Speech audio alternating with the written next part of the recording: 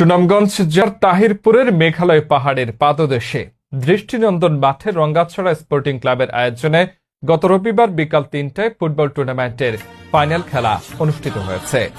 রঙ্গাছড়া sporting club বনাম পানিয়াখালী একাদশের মধ্যে এই প্রতিযোগিতা ছিল উত্তেজনায় ভরপুর। টাই ব্রেকারে পানিয়াখালী একাদশ বিজয় অর্জন করে আর রানার্স আপ হয় রঙ্গাছড়া স্পোর্টিং ক্লাব। উক্ত খেলায় সভাপতিত্ব করেন জনাব মোহাম্মদ কামাল মিয়া।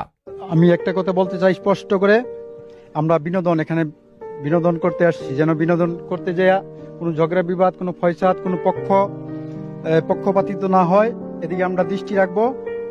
এই বলে আমার সংক্ষিপ্ত বক্তব্য শেষ করলাম। আসসালামু আলাইকুম। বিশেষ অতিথি ছিলেন তাহিরপুর উপজেলার যুবদলের আহ্বায়ক জনাব মোহাম্মদ এনামুল হক এনাম। বিসমিল্লাহির রহমানির রহিম। আমি মোহাম্মদ এনামুল হক এনাম, আহ্বায়ক তাহিরপুর উপজেলা যুবদল। আজকে রঙ্গাছড়া স্পোর্টিং ক্লাবের উদ্যোগে ফাইনাল ম্যাচে আমি রঙ্গাছড়া বনাম পানিয়াখালীর যে খেলাটি, সেই খেলাটি উপভোগ করার জন্য আমি এখানে এসেছি।